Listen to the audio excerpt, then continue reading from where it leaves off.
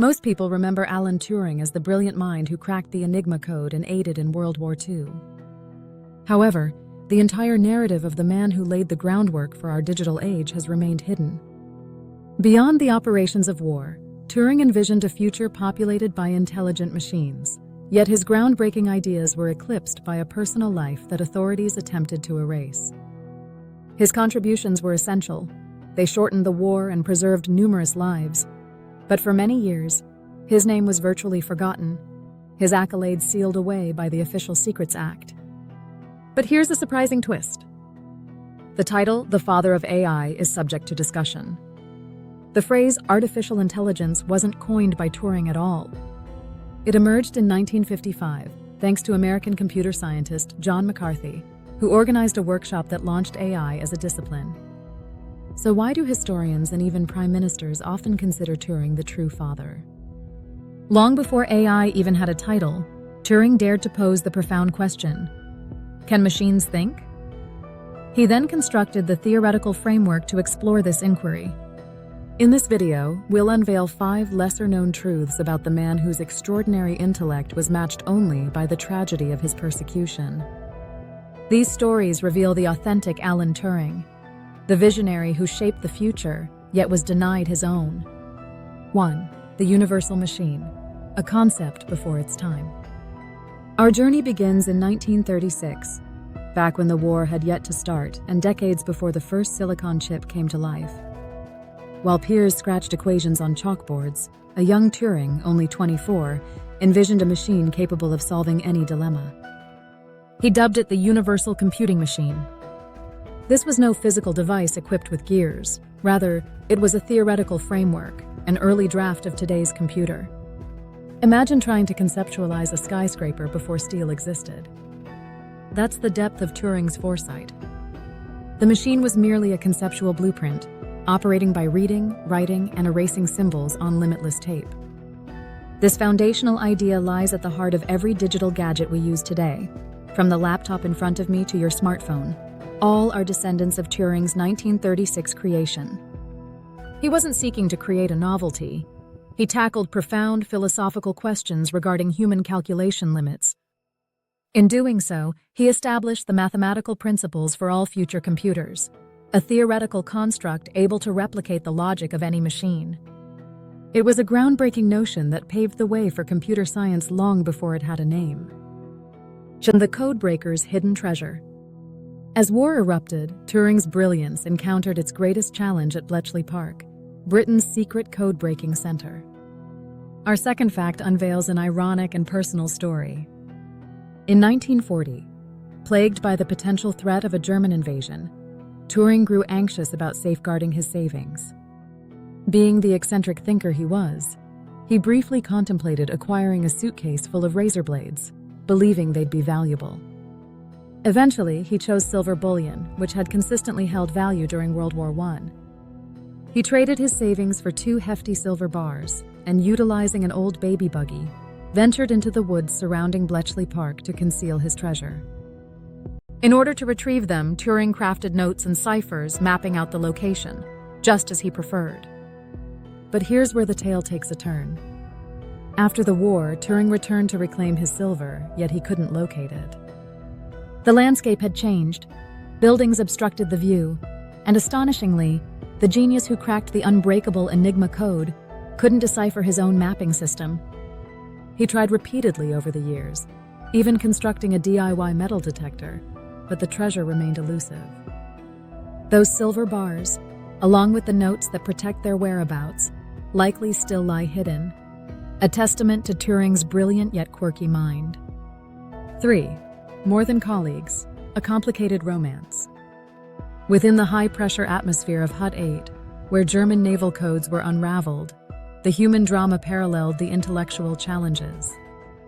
This leads us to our third revelation, Turing's engagement to fellow codebreaker Joan Clark. Clark was a brilliant mathematician from Cambridge and one of the few women to rise to the level of senior cryptanalyst at Bletchley. Turing and Clark shared a profound connection, an authentic intellectual union. They were meticulous about scheduling their shifts to collaborate closely and spent their free moments together. In spring 1941, Turing proposed and Clark accepted. They informed his family and discussed their future, though they kept it largely hidden from colleagues. However, their relationship was far from straightforward. Shortly after the proposal, Turing confessed to Clark about his sexuality. Remarkably, this revelation didn't deter her. Their emotional and intellectual bond ran deep, prompting her to embrace him fully. Yet Turing, perhaps fearing that marriage might be unfair to her or destined for failure, ended the engagement a few months later. Nonetheless, they remained close friends throughout his life. This narrative reflects the personal turmoil Turing battled. He found someone who appreciated his genius and recognized his truth, yet societal prejudices made their union unfeasible. 4. The cruel choice that ruined his career. After the war, Turing continued his groundbreaking endeavors, but his life took a tragic turn. This brings us to our fourth and most heartrending fact. In 1952, Alan Turing was arrested for gross indecency when authorities discovered his relationship with a man. Homosexuality was a criminal offense in the UK during that period. Upon his conviction, the state presented him with an awful choice: serve time in prison or accept probation, which involved undergoing organotherapy. This entailed chemical castration. The treatment required hormone injections meant to suppress his sexual drive. To avoid incarceration, Turing opted for this treatment. The aftermath was devastating. His security clearance was instantly revoked, severing ties with his consulting work for the government's code-breaking agency. Additionally, he was barred from traveling to the United States, where demand for his talents was high. The enforced hormonal therapy produced horrific physical and psychological consequences, leading to breast tissue development and a descent into deep depression. The very government he had valiantly aided now viewed him as a criminal and security threat. This brutal, state-sanctioned persecution is widely believed to have led to his tragic suicide 2 years later in 1954, at just 41 years old. 5. He never named it AI, but he provided a quest. As we approach our final fact, we return to the origin of our narrative. As previously mentioned, the label artificial intelligence was introduced by John McCarthy in 1955, a year after Turing's passing. So, how did Turing lay the groundwork for a domain he never labeled? He did it by posing a more insightful question. In his groundbreaking 1950 paper, Turing sidestepped the vague and unanswerable inquiry, "Can machines think?" Instead, he devised a practical experiment called the imitation game. The framework is straightforward. A human judge conducts a text-only conversation with two entities, one human and one machine. If the judge cannot consistently distinguish between the two, the machine passes the test. This was a philosophical genius move.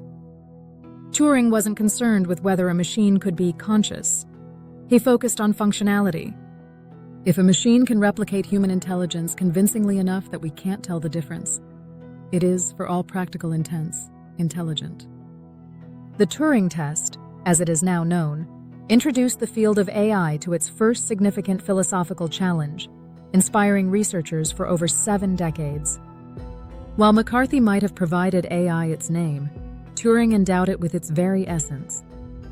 From crafting the blueprint for every computer to deciphering Enigma codes and exploring the philosophical avenues of AI, Alan Turing's influence helped define the 20th century and establish the worldwide habit in the 21st. His intellect was ahead of his era by decades. Yet, the very nation he aided in saving repaid his brilliance with harsh cruelty, a reality that took nearly 60 years to begin to address. In 2009, the British Prime Minister issued a formal apology for the appalling way he was treated. Then, in 2013, Queen Elizabeth II conferred upon him a rare posthumous royal pardon, acknowledging the grave injustice of his sentencing. Today, the Alan Turing Law retroactively pardons thousands of other men condemned under the same outdated statutes. Alan Turing was a visionary who envisioned a world filled with intelligent machines, but found himself failed by societal intolerance. His legacy reaches beyond technology. It's a compelling lesson in the pursuit of justice and the need to honor those who dare to think differently. Turing's story serves as a poignant reminder that genius and persecution often exist side by side. For decades, his true legacy lay buried beneath official secrecy and social bias. If you believe that stories of forgotten heroes and historical injustices should be illuminated, please subscribe and share this video. Your support empowers us to ensure these vital narratives are told and never fade into obscurity.